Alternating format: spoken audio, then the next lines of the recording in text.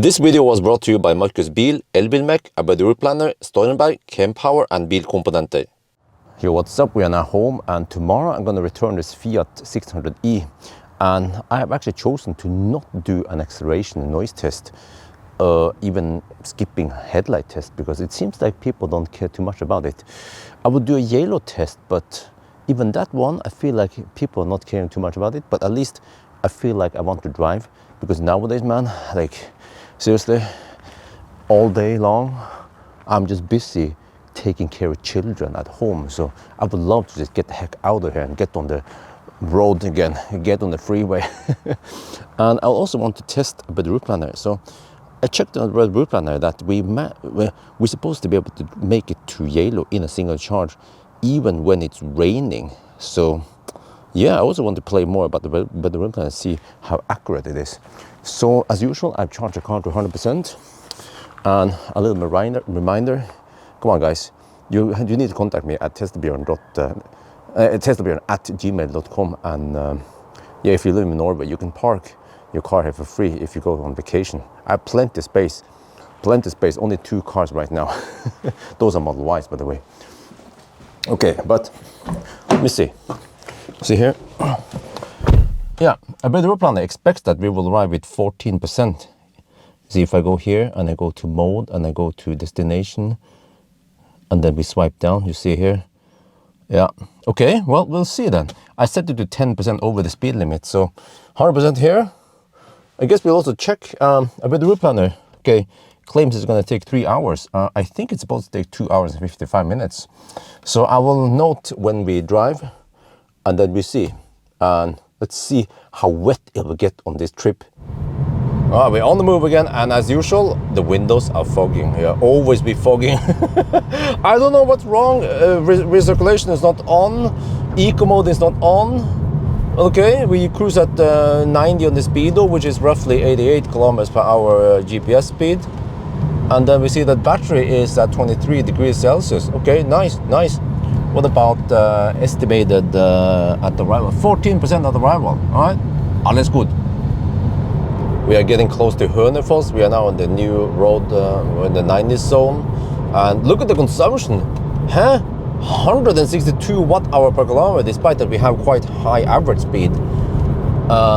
Very nice, yeah, very nice indeed. So now, actually, a better route planner estimates we will arrive with 18%. Turns out, according to weather radar, I asked some of the live stream people. Yeah, shout out to Gutser75, he's a Norwegian with an e-Golf. Yeah, he said that there's no rain on the 90-minute forecast. So that's good. And maybe a little bit of rain only. And a nice feature here in a better route planner is that it shows you elevation here. 168 meters over sea level. So we are actually on slightly lower elevation than Jesholm, which is at 200. So yeah, battery is at 24 degrees Celsius. It's slowly heating up. I will also check if we'll be cold gating or not once we arrive in Geilo. But it is summer and it is 16 degrees Celsius, so hopefully no cold gate, right? Okay, we are at the checkpoint. This is the roundabout where if you go left, you end up in Hønefoss. So normally it should take 55 minutes to get here, and if you look at the clock, it's been 54 minutes. So this is spot on, yes. It means that we didn't go slower than we should.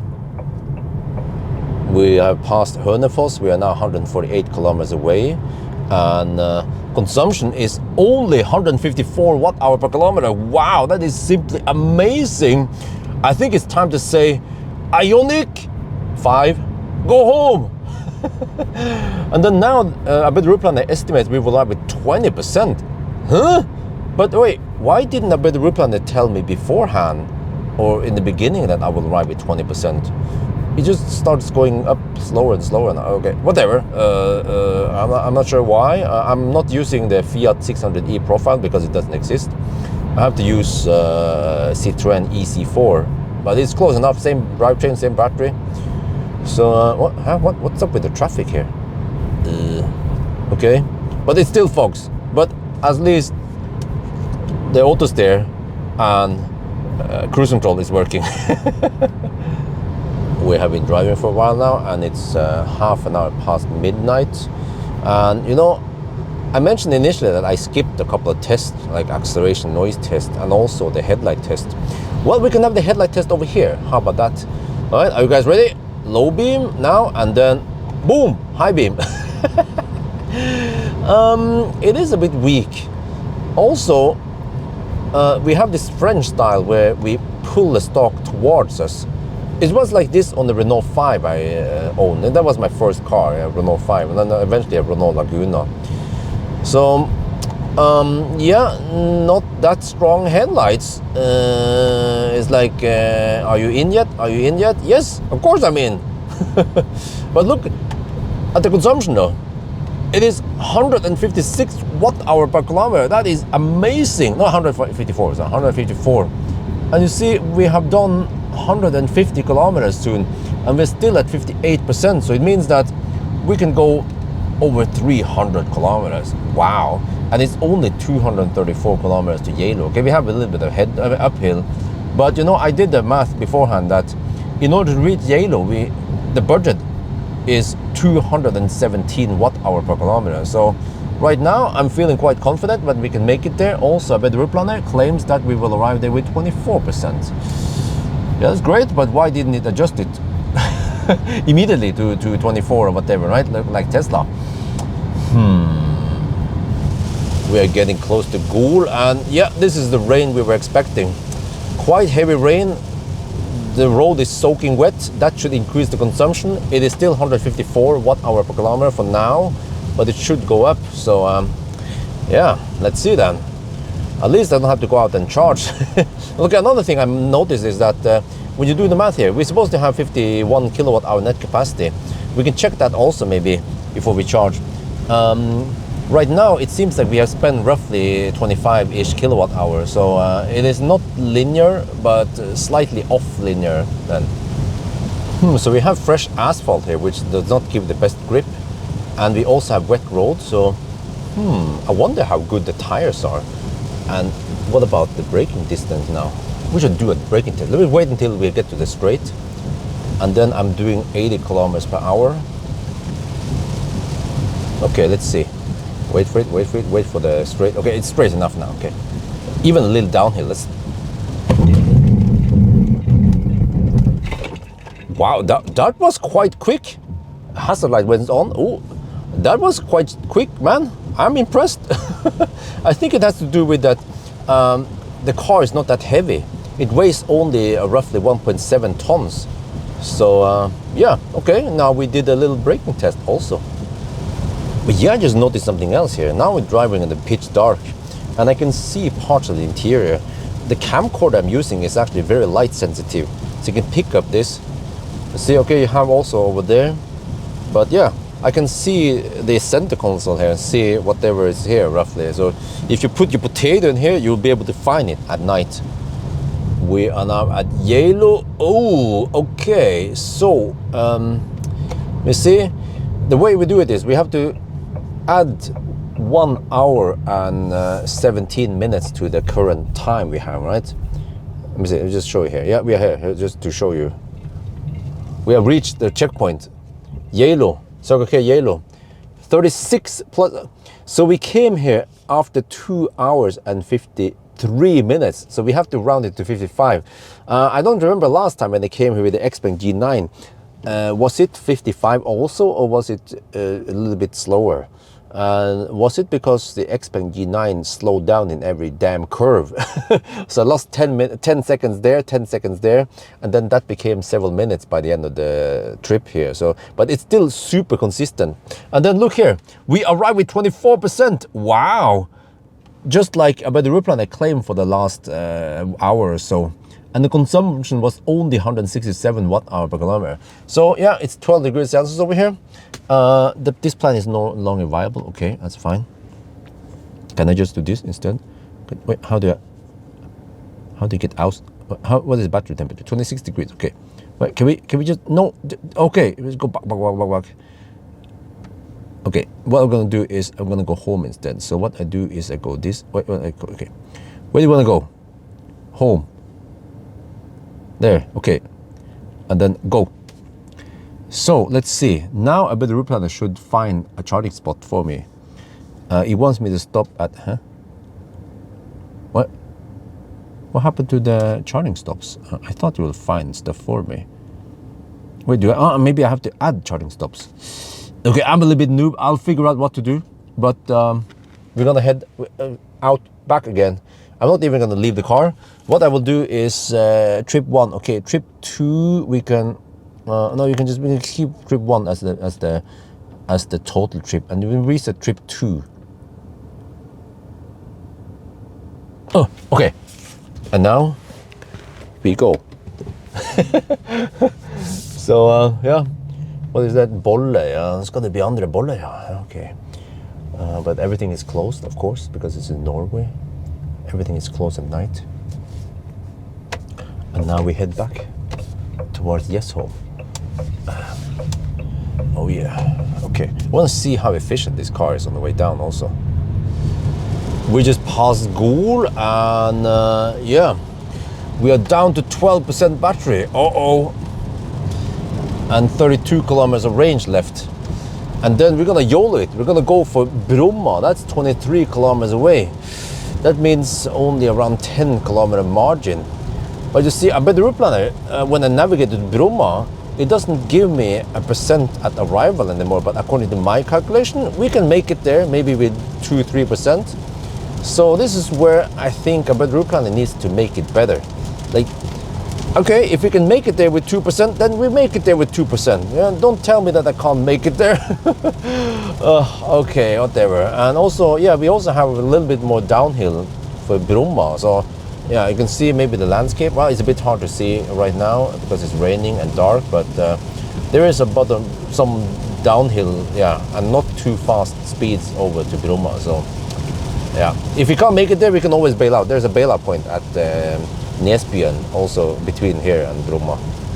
Oh, okay, excuse my noobness, but I changed font and some sizes or whatever on my phone, and then suddenly I can see that this seems to be, is it 6%? Okay, a bit route planner did tell me that we will arrive at 6%, but it's just that it actually goes off screen, and it was harder to see it in the previous setting. But yeah, now I see that I'm sitting on an old phone with maybe somewhat shitty resolution, and I can actually see the bar at the top there, plus whatever stuff we have on the bottom, but it just looks a bit smaller, which makes it harder for me to see as an old man. So, but I would actually like the icons in the middle here to be moved away somewhere else. But whatever, maybe I'm too demanding. But okay, this is very comforting then. The car, I mean, not the car. But the route planner tells me that we can make it there. Actually, the car also tells me that we can make it there because we have 26 kilometers of range left and we are 16 kilometers away. We are now at Bromma. We made it here. Look at that. We have chargers under the roof. Oh yeah. If it would be raining here, then it would be no problem. Let me see, I can use this stall, maybe, like this. Okay, that's great. Well, maybe I can use the other side, because then, yeah, let's use the other side. Then we have the screen on this side, which is more convenient for me. So, and I can show you there. Look here. We arrive with 5%, and this is the total consumption since Jessheim. And then we have here, this is consumption since Geilo. Wow! This car is efficient, man. I mean, it's probably not as efficient as Tesla Model 3, but still, given the weather, given the temperature, you know, and the hammering, went 10% over the speed limit, then this is pretty good. Oh yeah, before I forget it, based on the distance, you take the distance multiplied by consumption and divided by 0.95, we get 51 kilowatt hour. This is consistent. I also got it before when I measured it. So we basically did a battery capacity measurement right now. Oh yeah, we're getting maximum speed because the battery heated up to 28 degrees Celsius. No Colgate here. Nice. Okay, I just prepared some food. We have Trek and Eat. Yeah. You know, I've been getting bad stomach when I eat gas station food. It's mainly burger, hot dogs, and those, they call it flatbread, but it's like a sandwich thing with actually salami and cheese. And I would think that salami is quite hard to go bad because it's quite salty. But I don't know, man. I keep getting bad stomach, especially from 1,000 kilometer challenge. Double sausage penetration never ends well. What you guys see is just what happens during the challenge. After the challenge, I'm like, oh shit, I have to go. Oh, shit. Yeah, so that's why I bring my own food to avoid that kind of shit. And then I have to keep eating bananas to maintain the banana box supply. Yeah, so this is the right way to open a banana. Yeah, like this. This is the way the monkeys eat them.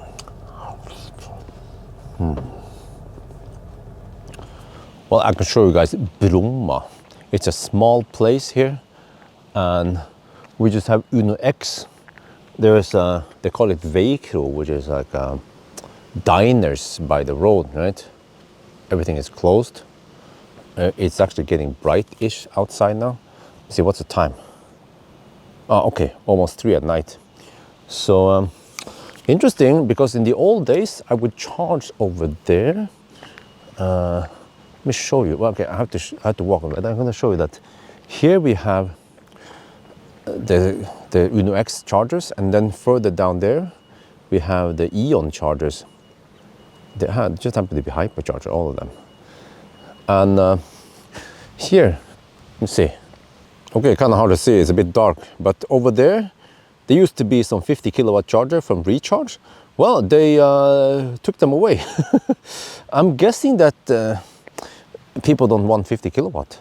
They want high power charger closer to the gas station and other amenities instead. So, but then in this location, Fortum or Recharge, they didn't bother upgrading them.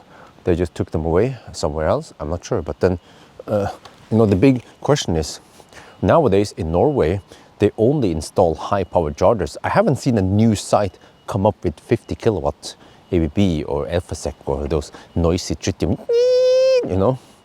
So what happens with the old chargers? Are they sent to Ukraine? Okay, maybe not Ukraine, but I don't know, Poland, or maybe they're sent to Australia or UK. Okay, I'm done eating. We are at, well, 80% here, 43 degrees Celsius. Here we see the charging curve, very nice in the route planner. And then we are at 83% on display. So you see we are 158 kilometers away from Yes Home, and we have 328 kilometers of range. That's plenty. Yeah, I could have left earlier. Let me see, how long did we actually stay here? It is a bit hard to see on that screen there with the graph, but here you can see that we have stayed here for 34 minutes. It could have been 20 minutes, no problem. But let's go now. Okay, one thing that I don't like with this car is that it is not very child-friendly. For example, if it's cold-ish outside, I want to keep the car on for the heater. And if I exit the car for doing something, taking out the kids or put in groceries, for example, and I close the door now, and then I move in the back, that sound is in the inside, and it is extremely loud in the inside, maybe like 80 decibel or something. So what is the point? Because it thinks that the key has left the car and the car is on. So okay, whatever. So maybe not the best family car, but maybe the best car for singles. Yeah, or I mean at least couples without kids. My wife, at the minute I saw the light, I just took out my boots and threw out the oh yeah! We're heading back home now. I'll listen to some music. Yeah, live stream is going quite inactive now. That's fine. It is 3:30 at night, so. Oh well. Okay, let's crank up the music and enjoy the ride. Yeah, hell yeah.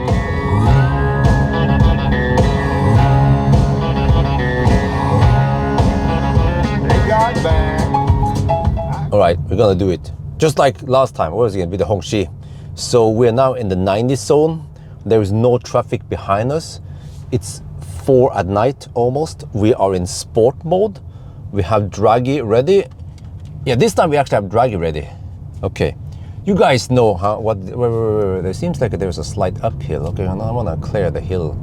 Yeah, because I have to admit that in the trunk I have brought protection. Okay, no, I'm not talking about condoms. I brought a double EcoFlow in the back there, plus the safety equipment. So that weighs around 50 kilograms extra.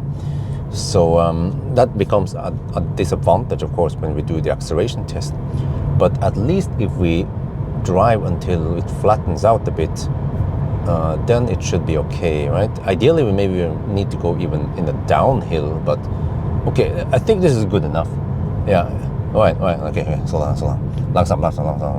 Okay, let me check here. We're gonna look at this, okay.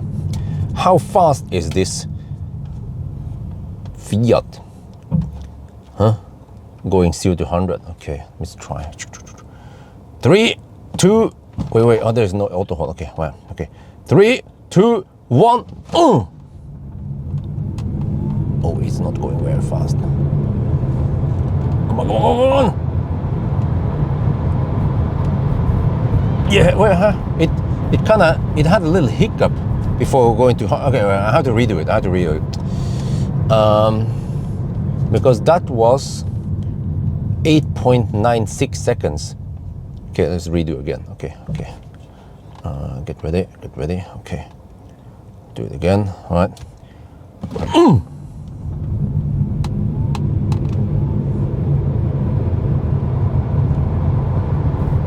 Come on. Yeah. Okay, what do we got this time? Let me see. Barely legal speeds there. Okay. 8.79 seconds. Ooh, okay. That is legit. Maybe you can shave off a couple of tenths of seconds because of the extra weight in the back. Then we're down to around 8.5 seconds. Not too bad. Wait, it was invalid. Too much slope. Okay. Or maybe it's roughly 8.7 seconds. Okay, fair enough. We are getting close to home now. Well, actually, not that close. Close to Roa, yeah. And it's 4:30 at night, or I don't know, we should call it morning, but it is quite bright outside.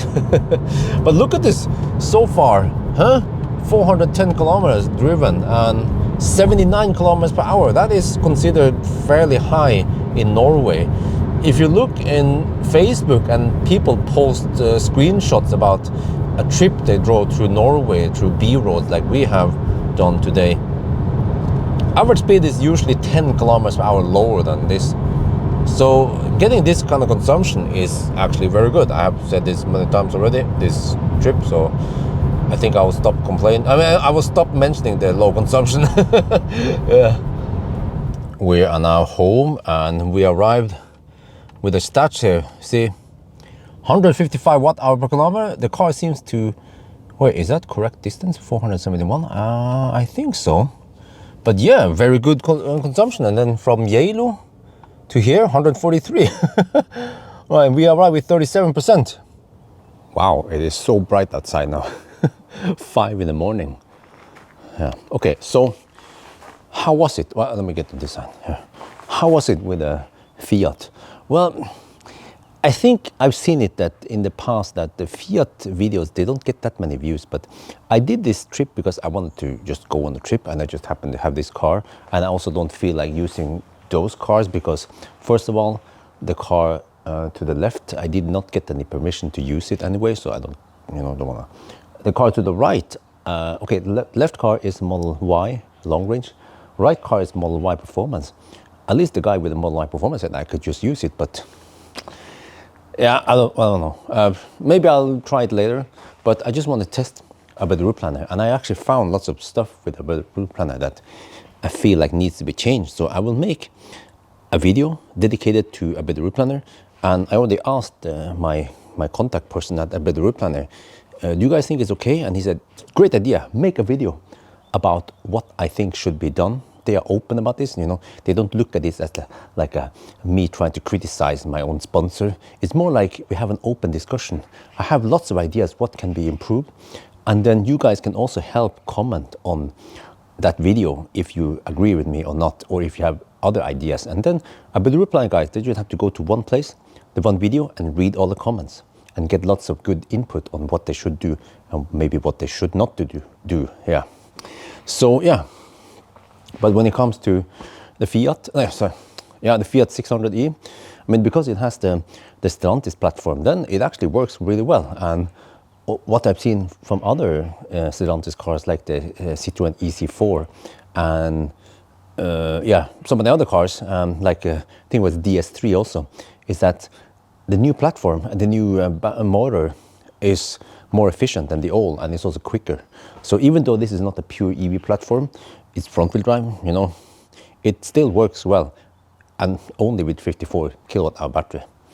But okay, so that's going to be it for now. Hope you guys enjoyed this video. As always, thank you for watching, and talk to you later.